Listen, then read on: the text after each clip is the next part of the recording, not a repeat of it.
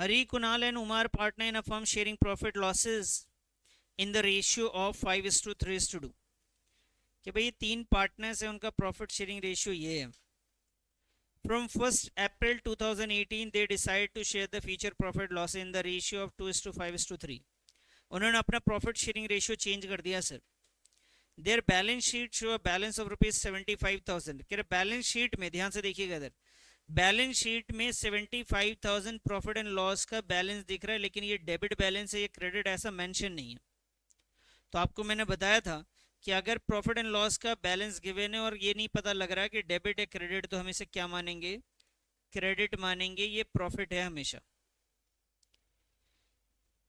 इस टाइप का एक क्वेश्चन ऑलरेडी हम लोगों ने पहले भी कर रखा है. उसके बाद क्वेश्चन ने बोला कि भाई बैलेंस है 15,000 का इन्वेस्टमेंट फ्लक्चुएशन फंड में भी.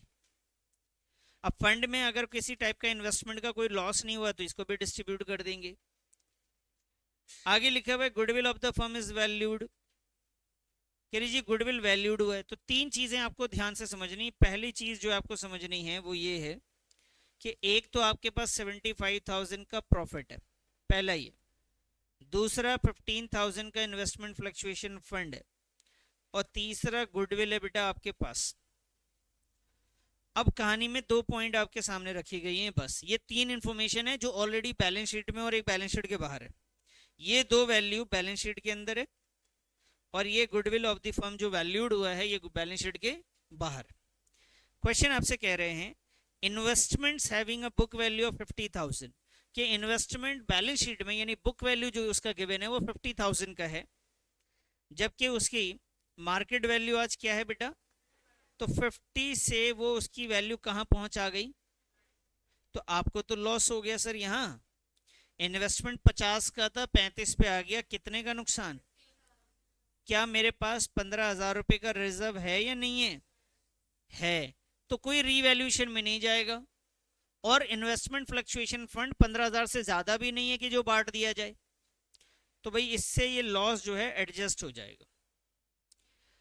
सेकंड पॉइंट है यहाँ पे stock having a book value 50,000. कह रहा है कि जो स्टॉक है ना 50,000 का है जी, उस पर डेप्रिसिएट हो गया. कितना परसेंट हो गया डेप्रिसिएट? 109. तो ये गलत लिखा हुआ है, आप इसे 10% समझ लो. कितना परसेंट है? 10% से इसकी वैल्यू कम हो गई है जी. अब 10% से स्टॉक की वैल्यू कम हुई, बताओ फायदा नुकसान? ये भी सर लॉस है. इस लॉस को, क्योंकि इसके लिए कोई रिजर्व नहीं है, स्टॉक की वैल्यू कम हो गई, ये नुकसान है. इस नुकसान को क्या करेंगे? बांटेंगे नहीं, रीवैल्यूएशन अकाउंट में लिखेंगे. नुकसान को कहाँ लिखते हैं? एसेट्स लायबिलिटी जब रीवैल्यूड होती है तो रीवैल्यूएशन अकाउंट में. अभी इतना बड़ा क्वेश्चन हमने इसीलिए तो किया था. चलिए जी, तो फॉर्मेट बना लीजिए. क्वेश्चन ने बोला जर्नल एंट्री करनी है, तो फॉर्मेट बना लीजिए जर्नल एंट्री का. क्वेश्चन नंबर 23 में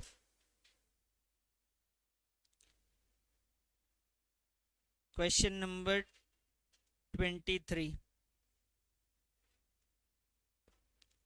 क्वेश्चन नंबर 23.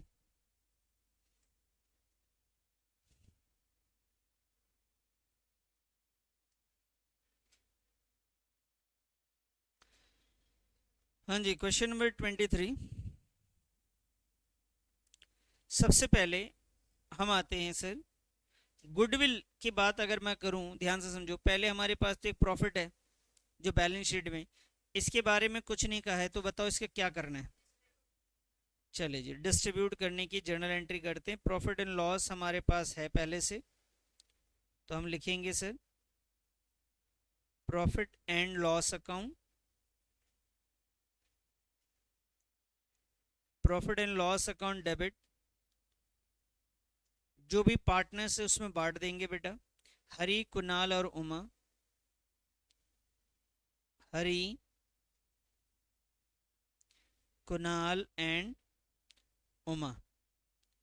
हरी कैपिटल अकाउंट, कुणाल का भी कैपिटल अकाउंट, और उमा के लिए भी कैपिटल अकाउंट.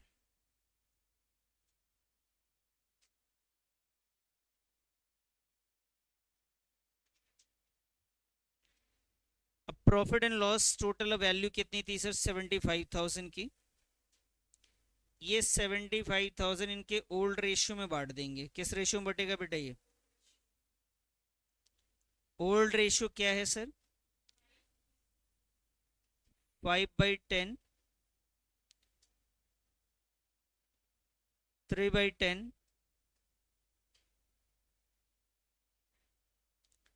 2/10। इसे डिस्ट्रीब्यूट कर दीजिए जी फटाफट।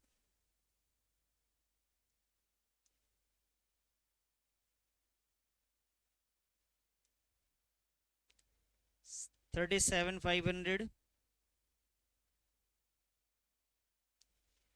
22,500, 15,000। ये हो गया। आप फिर भी चेक कर लेना, यही आ रहा है कुछ और आ रहा है। नरेशन भी लिख लो चलो। Being balance of profit and loss account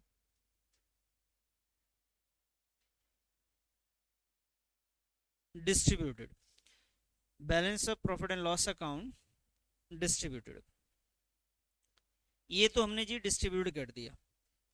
अब हमारे पास इन्वेस्टमेंट फ्लक्चुएशन है, उसको देखते हैं। तो भाई इन्वेस्टमेंट फ्लक्चुएशन फंड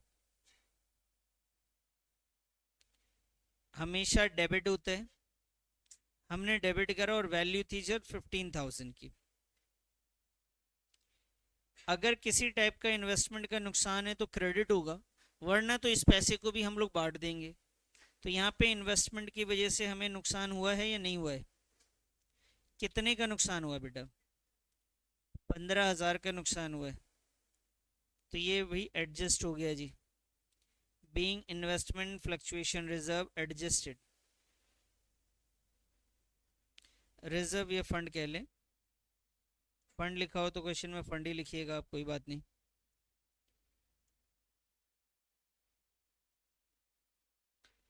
बताओ सर, ये दो एंट्री समझ में आ गई आपको?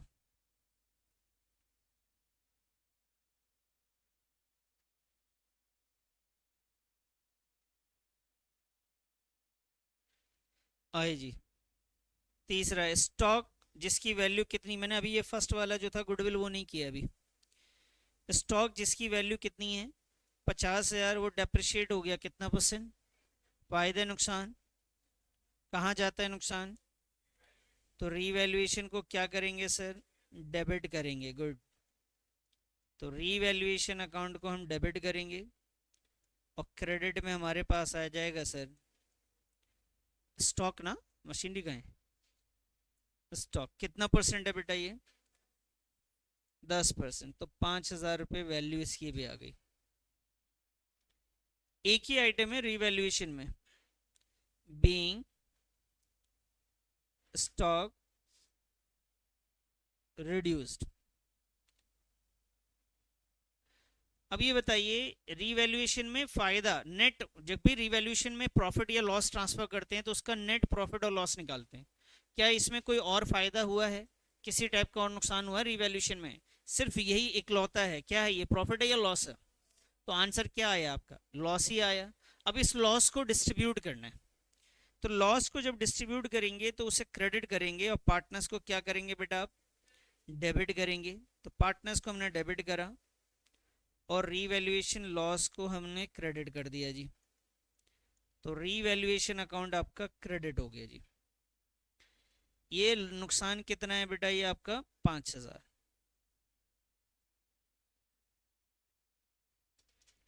ओल्ड रेशियो में बांट देंगे आप 5,000 को। ओल्ड रेशियो हमारे पास था 5/10,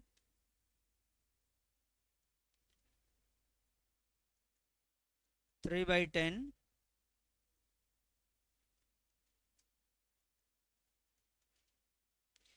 ये आ गया जी 2,500, 1,500 और ये 1,000। नरेशन है आपके लिए। क्या नरेशन है बता सकते हैं आप? Being revaluation loss distributed, being revaluation loss distributed. ठीक है सर।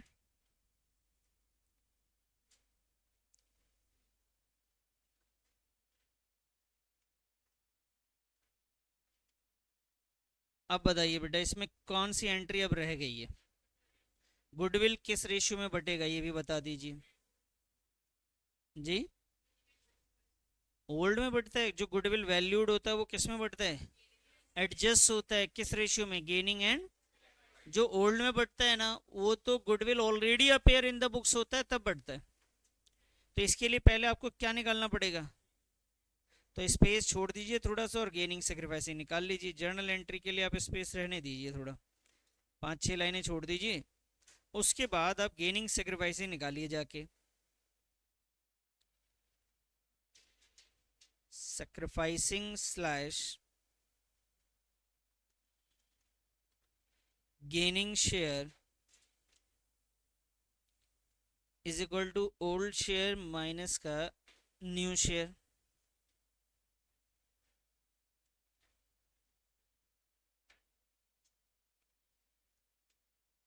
इनका ओल्ड शेयर था 5/10, 3/10, 2/10। न्यू रेशियो अगर अब मैं देखूं इसमें 2:5:3 है। 2:5:3 है। तो सर 2/10, 5/10 एंड 3/10 आ रहा है जी। ये आया जी 3/10 आंसर इसका। इसका है माइनस का 2/10, माइनस का 1/10। तो बच्चे ये तो हो गया आपका सेक्रीफाइस। ये बंदा कर रहा है गेन, और ये भी आपको कर रहा है गेन। जो गेन करता है उसे क्या करते हैं बताएं जरा? तो गेन को डेबिट करेंगे सर, कुणाल को हम डेबिट कर देंगे। यहाँ आएगा सर कुणाल कैपिटल अकाउंट। इसी तरीके से उमा को भी डेबिट कर देंगे। ये है उमा कैपिटल अकाउंट। और क्रेडिट में जी हम लिखेंगे to Hari, Hari capital account. अच्छा सर, अमाउंट तो आपको पता ही है। गुडविल का अमाउंट यहाँ पे इस बार निकाला नहीं, पिछले क्वेश्चन में तो हम लोगों ने निकाला भी था। यहाँ पे गुडविल का अमाउंट निकाल के दे रखा है 3 लाख। इसी 3 लाख को आपको 3/10 करना है सर, और 2/10 और 1/10। तो 2/10 करेंगे तो ये 60,000 आ गया जी। ये आ गया जी 30,000, और ये वैल्यू आ गई 90,000। अगर मैं नरेशन लिख दूंगा तो भी लिखेंगे बीइंग गुडविल, हमने क्या किया इसका एडजस्टमेंट किया, तो बीइंग गुडविल एडजस्टेड।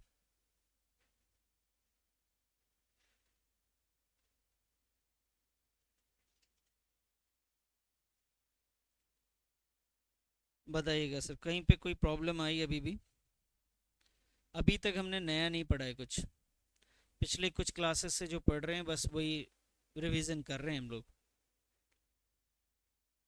कर लिया ना आपने? रेशियो भी लिख लिया?